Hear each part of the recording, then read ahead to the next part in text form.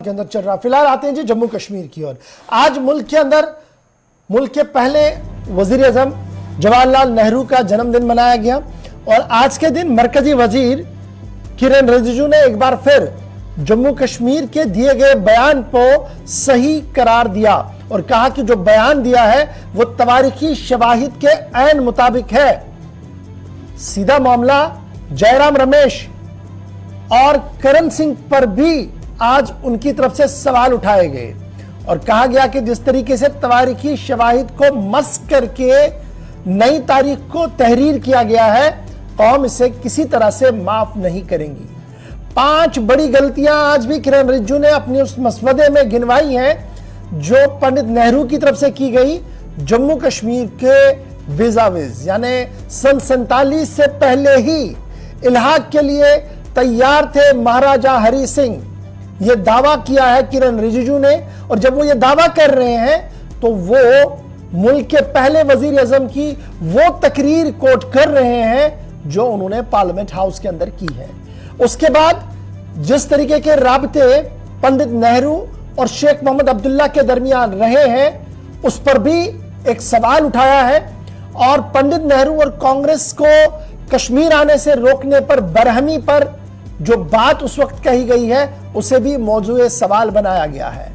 5वीं गलती अक़वाम मुत्तहिदा के अंदर जाकर इस्तेस्वाबी रायमा यानी पेल्बिसाइड और 370 पर भी है और यह कहा गया कि महाराजा साहब जो थे वो किसी भी तरह से भारत के साथ बिला मशरूत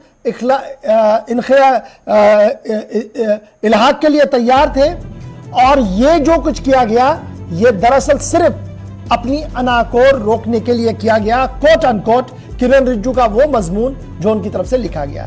अब इस मजमून के पेश नजर बयानों का सिलसिला भी जारी हुआ है, लेकिन बयानों पर आने से पहले जरा आपको बता दें कि डॉक्टर करण सिंह ने इल्हाक के बारे में या इंजिमाम के बारे में वजाहत राज्यसभा के अंदर दी थी। उसको फटाफट से सुन लेते हैं, समझने की कोशिश करते हैं और उसके फौरन बाद आपको दिखाएंगे आज इस बयान के पस मंजर में पीडीपी सदर महबूबा मुफ्ती भी मैदान में आई। दोनों बयानों को चलाइएगा। And I do remember the days, and I do remember how after that he signed in October 26th, and by April next year we were all summoned to Delhi, and Sardar Patel broke the news to him that could he stay out for 6 months, they said. He never returned, only his ashes returned. I brought the ashes back. And I know this might make some people uncomfortable. We say Jammu and Kashmir is an integral part of India. Of course it is.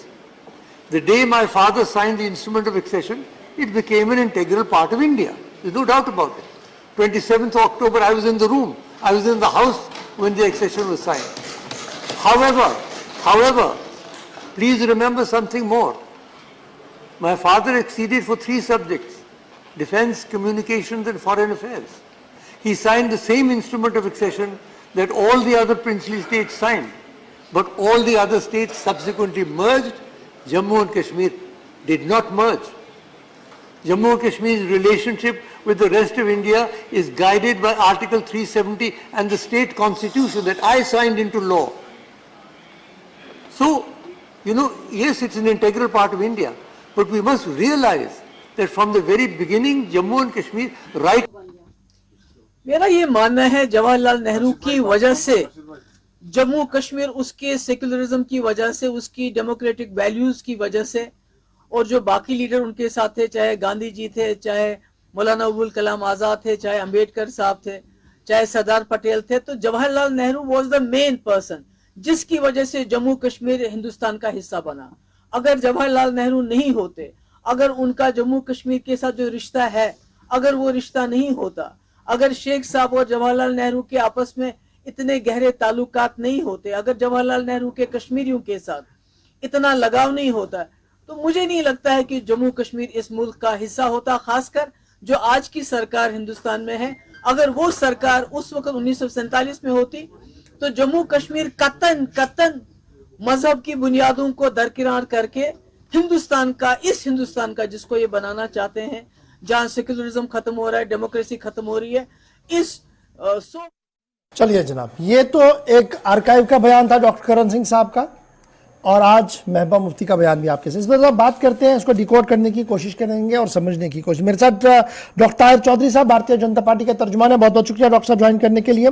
National conference के fire brand leader Abdul मजीद लारमी साहब मेरे साथ है, साबिक MLA भी रह चुके हैं। बहुत बहुत शुक्रिया जी आपके साथ भी हमारे साथ ज्वाइन करने के लिए।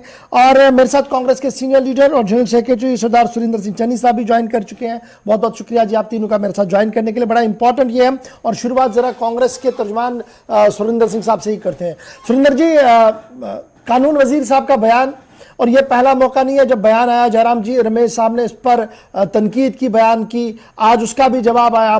फिर डॉक्टर करण सिंह साहब ने एक चिट्ठी लिखी, एक खत लिखा, एक क्लियरेंस देने की कोशिश की। उस क्लियरेंस पर भी 3 सवाल उठाए हैं कानून वजीर साहब ने, और यह तब उठा जब आज जवाहरलाल नेहरू साहब का जन्मदिन था। कांग्रेस अपने तरीके से इसको बनाने की कोशिश में थी। किस तरीके से आप काउंटर कर पाएंगे, और ये जो तवारीखी शवाहिद के साथ किरण रिजिजू साहब बात कर रहे हैं, क्या कांग्रेस आज के दिन इसको एक्सेप्ट करने के लिए तैयार है? देखिए गौर साहब, बहुत बहुत शुक्रिया आपका। बड़ा इंपॉर्टेंट टॉपिक है जिसको आज आपने लिया, और मैं आपको ये कहूं कि अगर उस टाइम नेहरू ना होते तो जम्मू कश्मीर जो है वो हिंदुस्तान का पार्ट नहीं होता। और उस समय अगर आज की जो इसको डाइवर्शन देने का या नेहरू को नीचा दिखाने की कोशिश कर रही है, तो हम मुल्क के पहले वजीर आजम जिन्होंने आजादी के बाद जो पहले वजीर आजम बने इस मुल्क के, हम उनको नीचा दिखाने की कोशिश कर रहे हैं नजरिए जम्मू कश्मीर। लेकिन हिस्ट्री ये बताती है कि उस समय नेहरू और जम्मू कश्मीर का आपस में एक रिश्ता, कश्मीरियों के साथ नेहरू को उस टाइम का प्यार, और उस चीज से मजबूत रिश्ता बना के जम्मू कश्मीर रियासत जो थी वो हिंदुस्तान के साथ रखी, वो पाकिस्तान के साथ संघर्ष के बाद नहीं गए। तो इन बयानात को मद्देनजर रखे अगर कहीं पर भी हम जाके पुरानी हिस्ट्रीज को, ना तो मेरी पैदाइश तब थी, ना आज के जो की पैदाइश तब थी, और हम लोग हिस्ट्री को मिटाने की कोशिश करेंगे, लेकिन किसी के कहने से कोई हिस्ट्री मिटती नहीं है। हिंदुस्तान इसी नेहरू ने इसी पूरे मुल्क को सक्षम बनाया, चाहे वो किसी भी जरिए, चाहे वो एजुकेशन सेक्टर था, चाहे वो आपका टेक्नोक्रेट सेक्शन था, चाहे वो आपके इतिहास से, चाहे वो अच्छा जी, सुरेंद्र जी मैं जरा आपको रोक रहा हूं इसलिए क्योंकि मैं किरण रिजिजू साहब के उस स्टेटमेंट को 2-3 बार देख चुका हूं, और जो उन्होंने तहरीर किया उसे भी पढ़ चुका हूं।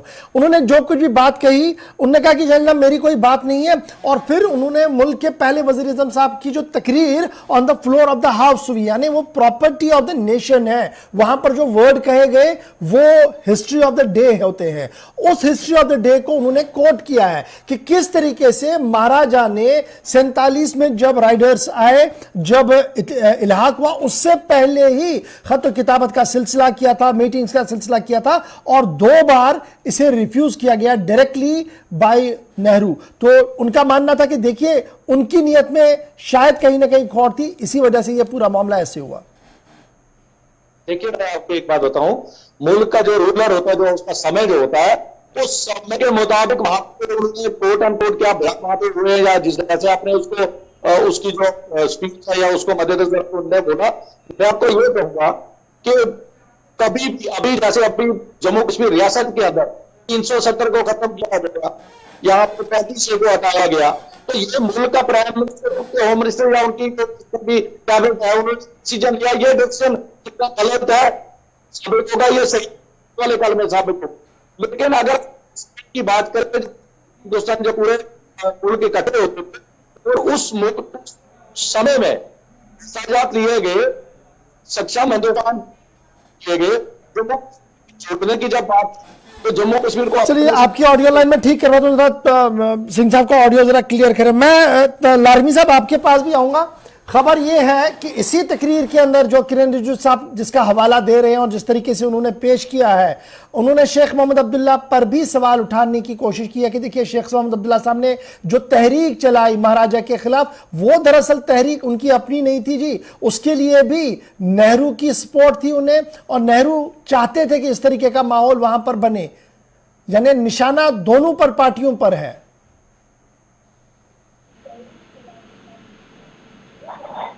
लारमी साहब क्या अब तक मेरी आवाज आ रही है? बीच में कट रही थी, अब आ गई। जी लारमी साहब जवाब दे दीजिएगा। ये जो रिजिजू साहब कानून वजीर साहब है, कह रहे हैं कि ये जो कश्मीर छोड़ो तहरीक थी जो बीच में ही शुरू की गई जी, ये दरअसल नेहरू साहब का एक माइंड था जिसको इंट्रोड्यूस करवाया गया था और फिर बाज़ाब्ता तौर पर उसको चलाने की कोशिश की गई महाराजा के खिलाफ, क्योंकि महाराजा और नेहरू जी के बीच में संबंध सही नहीं थे, उन्होंने उनको आने नहीं दिया था, रोका था कांग्रेस पार्टी के सदर को अंदर आने से, तो उसी वक्त ये सारा गेम प्लान हुआ था। इस तरीके की बात करें और वो हवाला दे रहे हैं जी कांग्रेस के कद्दावर नेताओं का। देखो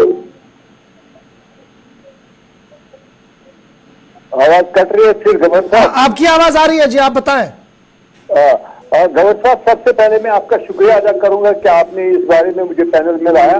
तो मैं यही कहूंगा कि जो अभी यहाँ पे किरण रिजिजू साहब ने कहा है आज से पहले कुछ हफ्ते पहले और आज भी कुछ बयान दिया है, और उस पे सुरेंद्र सिंह चन्नी साहब ने भी अभी जो कह रहे थे मैंने सुना नहीं। तो मैं यही कहूंगा कि जो हिस्ट्री, अगर ये लोग हिस्ट्री पढ़ेंगे तो हिस्ट्री में देखा जाएगा कि 1947 में जब इंडिया और पाकिस्तान अलग अलग हो गए तो तब क्या सिचुएशन थी, और यहाँ पे जब वहाँ पाकिस्तान के कबाइल लोग वहाँ पे हमला करने के लिए आ गए तो उसी टाइम महाराजा हरि सिंह साहब वहाँ पे चले गए कि मुझे यहाँ पे सपोर्ट करे, मुझे यहाँ पे खोज भेजी दी जाए। तो जब उन्होंने ऐसा किया, जब उन्होंने वहाँ पे गए और उसके बाद उसने इलाहाबाद के एक्सेशन किया और शेर कश्मीर यहीं पर तो वो रिकॉर्ड सेट कर रहे हैं। मैं यहाँ पर आपको रोक रहा हूँ, रिकॉर्ड तो वो यही सेट कर रहे हैं ना। वो कह रहे हैं जनाब वो तो अक्टूबर 20 तारीख थी 47 था जब कबाइलियों का हमला हुआ, लेकिन महाराजा साहब पहले ही दिल्ली की दरबार आ चुके थे। जुलाई फर्स्ट वीक और सेकेंड वीक ये था 47 में, जब महाराजा ने बाकायदा तौर पर अप्रोच किया कांग्रेस लीडरशिप के साथ कि वो एक्सट्रीट करना चाहते हैं इंडिया के साथ, लेकिन जवाहरलाल नेहरू जी जो उस वक्त कद्दावर नेता थे उन्होंने इस बात को माना नहीं और थोड़ा सा टाल मटोल से काम लिया। देखो गौर साहब, मैंने पहले ही कहा कि इसके लिए तो हिस्ट्री पढ़नी चाहिए। हिस्ट्री में तो कहीं किसी, मैंने भी बहुत किताबें पढ़ी है इसके बारे में, एक्सेशन के बारे में 1947 से लेकर आज तक मैंने भी देखा। मैंने कभी ये नहीं देखा मैंने कि वो महाराजा साहब जो थे वो इंडिपेंडेंट रहना चाहते थे, वो आजाद मुल्क इसको जम्मू कश्मीर को बनाना चाहते थे, वो न हिंदुस्तान के साथ न पाकिस्तान के साथ अपने जम्मू कश्मीर को मिलाना चाहते थे। मगर उस टाइम उसको मजबूरी हो गई, वो वहां पे गए तो उन्होंने उनको अप्रोच किया।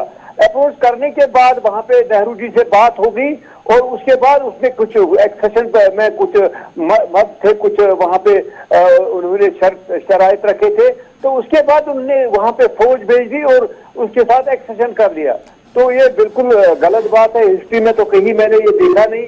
यानी आप भी कांग्रेस की तरफ से यही कह रहे हैं कि जनाब ये तो हिस्ट्री को तोड़ मोड़ कर पेश करने की कोशिश है। मैं डॉक्टर साहब आपके पास, ठीक है डॉक्टर साहब का भी जरा फटाफट से डॉक्टर साहब को ज्वाइन करवाता हूं। डॉक्टर साहब, क्या वाकई तौर पर बीजेपी अपने तरीके से तारीख को रकम कर रही है और 47 साल तक या 52 साल तक कभी तक या 72 साल में अभी तक कहीं पर भी ये बात सामने नहीं आई कि महाराजा हरि सिंह साहब फर्स्ट मैन थे जिन्होंने इनिशिएट किया डायलॉग, लेकिन at the helm of affairs जो दिल्ली में थे कांग्रेस, उन्होंने माना नहीं, जिसको लेकर किरण रिजिजू साहब कह रही है मेरी बात नहीं, ये on the floor of the house खुद प्राइम मिनिस्टर साहब ने कहा है और उसी का वो हवाला दे रहे हैं।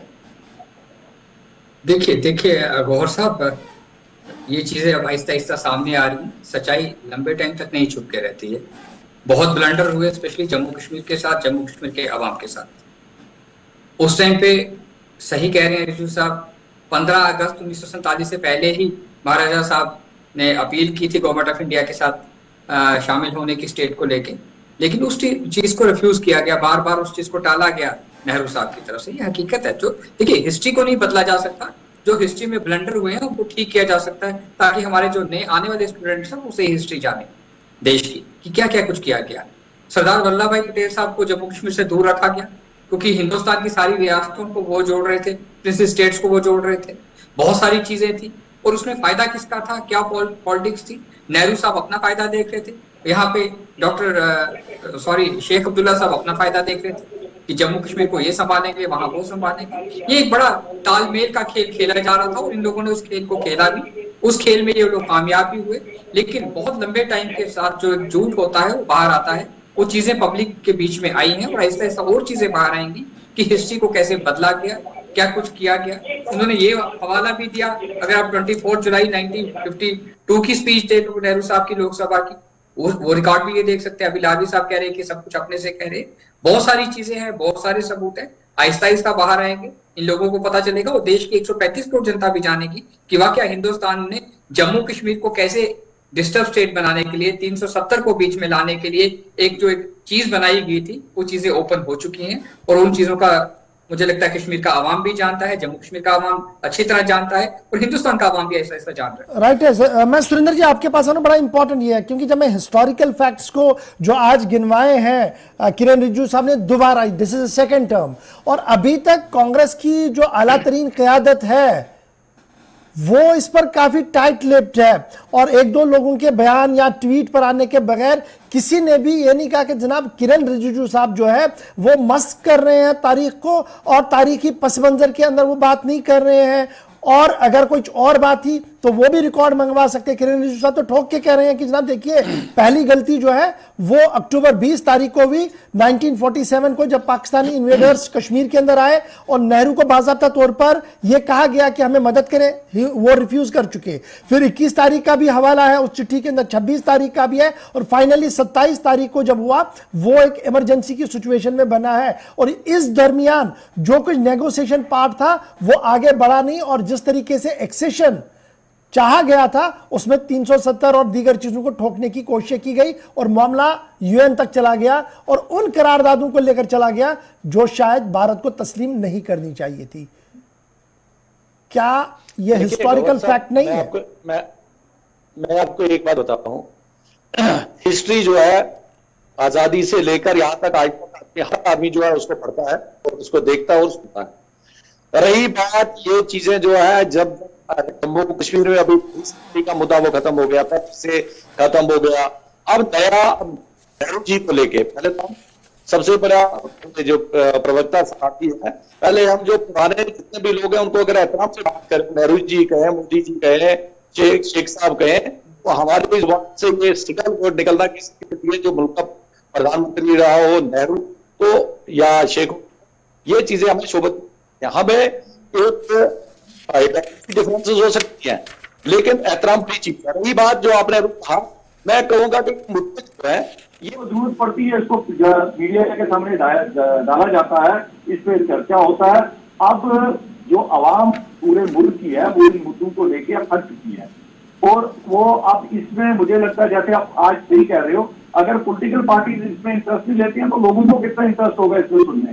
तो अब मैं वही कहूंगा, अगर आप नेहरू जी पे टिप्पणी करते हैं, हम शेख साहब पे टिप्पणी करते हैं, महाराजा हरि सिंह पे टिप्पणी करते हैं, अभी जम्मू के अंदर आपने देखा होगा अभी जम्मू के महाराजा की छुट्टी को अनाउंस किया गया, तो कुछ देखो हर चीज को समय के अनुसार चलाया जाता है, तो लिहाजा इस चलाने से कोई फायदा तो मिलने वाला नहीं है। अब आप जितना मर्जी पुरानी हिस्ट्री को तोड़ मरोड़ ला के इसको पेश करें लोगों के सामने, लोग इस पे चर्चा करें, फिर मीडिया में डिबेट बने, तो मुझे लगता है यही एक वजह है कि हर आदमी अब इससे परहेज करता है, इससे दूर रहता है, वो इस पर चर्चा ही नहीं करता, क्योंकि मुल्क की आजादी से लेकर आज तक सब लोग उसने पढ़ा है।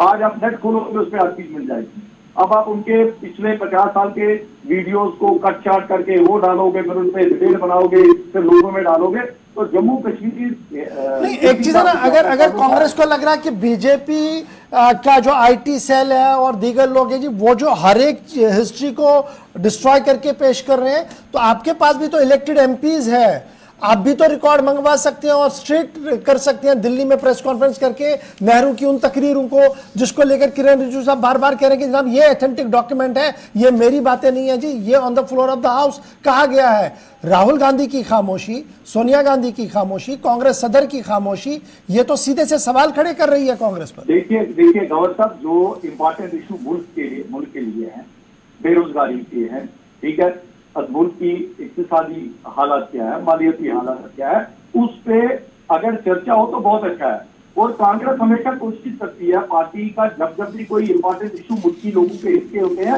उसमें प्रेस कॉन्फ्रेंस भी होती है, उसमें सुबह शाम 2-2 बार 3-3 बार प्रेस के माध्यम से हम लोगों के सामने आते हैं, चाहे वो दिल्ली 24 नंबर रोड है या स्टेट के जितने भी ऑफिस है वहां पे। तो जो इशू ही इतना कोई इंपॉर्टेंट नहीं होता, उसमें मुझे नहीं लगता है ज्यादा इंपॉर्टेंस देने की क्या जरूरत है। लोग तो सब जानते हैं। आपके लिए ये कोई इंपॉर्टेंस नहीं है अगर मुल्क के वजीर आजम, पहले वजीर आजम और कांग्रेस के कद्दावर नेता पर यह इल्जाम लगे कि जनाब मुल्क की सूरत हाल को बिगाड़ने के लिए और जम्मू कश्मीर जिस तबाही के दहाने पर आज है इसको पहुंचाने के लिए बराह रास्त कांग्रेस की आला क़यादत जिम्मेदार है। आप कह रहे हैं कि दैट वाज द हिस्ट्री, आज ये जरूरत नहीं है जी इस पर डिस्कस किया जाए। हिस्ट्री सबको मालूम है मुल्क की। मैंने पहले आपको स्टार्टिंग में ही कहा था, यही जवाहरलाल नेहरू जी हैं जिन्होंने जो मुल्क के पहले प्रधानमंत्री बन के मुल्क को आज की देर तक अगर कुछ देन है तो इन शुरुआत जो की थी वो नेहरू जी ने की थी। और अगर हम इस पे डिबेट बनाते हैं या इसको कहते हैं कि इससे कम गलती की थी अपने पॉलिटिकल बेनिफिट के लिए, मुझे नहीं लगता ये कोई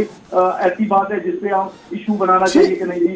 ठीक है, क्या लारमी साहब आप भी ये मानते हैं कि हिस्ट्री पर बात करना, इसको मुद्दा बनाना और ये जो on the fact on the floor of the house बात कही गई उस वक्त के वजीर आजम ने, उसको आदि कहना आदि नहीं कहना ये जायज है या इस पर बात ही नहीं होनी चाहिए? अब आगे देखा जाए जी, आज महंगाई है, बेरोजगारी है, वजीर आजम के खिलाफ माहौल है, उसको आगे बढ़ाना है। क्या दोनों चीजों को लेकर चलना चाहिए या जो कांग्रेस कह रही है पीछे छोड़ और आगे दौड़ने की पॉलिसी होनी चाहिए?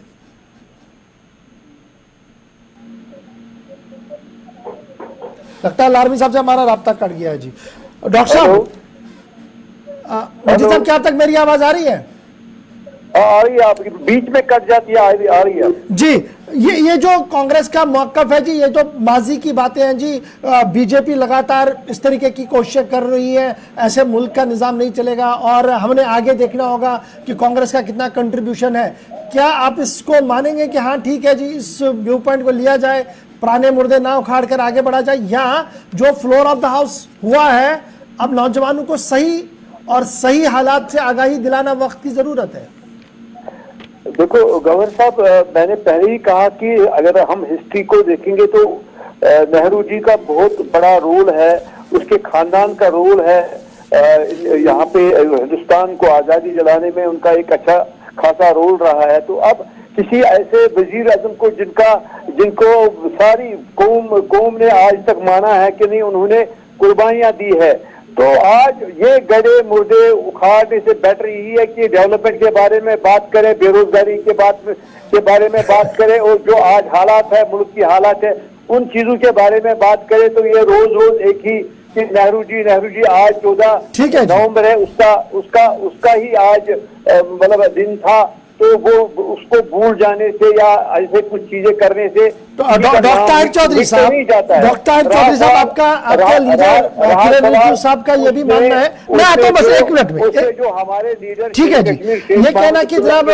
नेहरू जी की एक बड़ी ब्लंडर ये थी 5 गलतियों में अक़वाम मुत्तहिदा जाना और यूएन के अंदर डिस्प्यूटेड वर्ड यूज करना, डिस्पाइट ये कि हम इसको, हमारे पास डॉक्यूमेंटल एविडेंसेस थे, हम इसको ले सकते थे, लेकिन डिस्प्यूट लिखना और फिर उस चीज को मानना, प्लेबिसाइड को मानना और जम्मू कश्मीर जाकर इस बात का ऐलान करना कि प्लेबिसाइड होगा, ये जी पॉलिटिकल मर्डर था, पॉलिटिकल गलती थी, जिसका खमियाजा आज के दिन में पूरा भारत भुगत रहा है। देखिए वो सब, चाहे आपकी कांग्रेस के स्पोक्स पर्सन साहब की बात सुने, चाहे एनसी के स्पोक्स पर्सन की इस टाइम पे बात सुने, वो कहते हैं कि पुराने मुद्दे हैं, इनको दफन कर दो, आगे की बात करो। लेकिन देश की 135 करोड़ जनता आज कांग्रेस से ये सवाल पूछती है कि आपने पूरे देश के ऊपर अपनी हुकूमत चलाई, किस ढंग से चलाई? ये चीजें ऐसे ऐसे सामने आ रही हैं। जवाहरलाल नेहरू साहब ने कैसे हुकूमत चलाई, क्या जम्मू कश्मीर के साथ किया, जम्मू कश्मीर के अवाम के साथ शेख अब्दुल्ला साहब ने क्या किया, और कैसे सरकारें चलाते रहे, कैसे पावर में रहे, और आज भी वो चीजें यहाँ का अवाम भी भुगत रहा है और देश भी समझ रहा है कि क्या कुछ हुआ।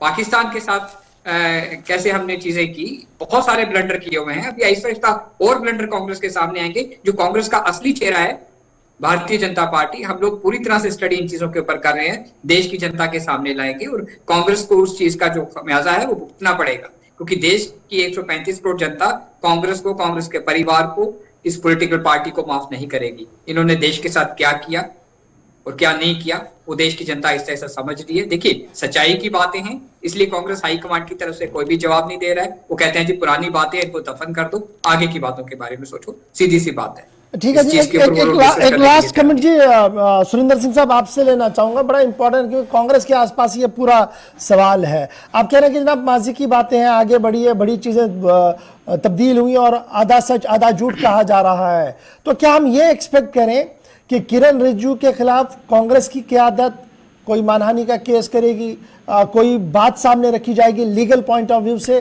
क्या इस पर कोई चर्चा हुई है कांग्रेस के अंदर, क्या या इस तरीके की कोई रणनीति बन रही है, या आप भी अभी भारत जोड़ो यात्रा में ही है और इसकी ओर कोई तवज्जो नहीं है? देखिए, जहाँ तक भारत जोड़ो यात्रा है उसको डाइवर्ट करने की कोशिश जो है वो तरह तरह के इनमें ये मुद्दे भी है जिस तरह अभी आज इसको उजाला गया।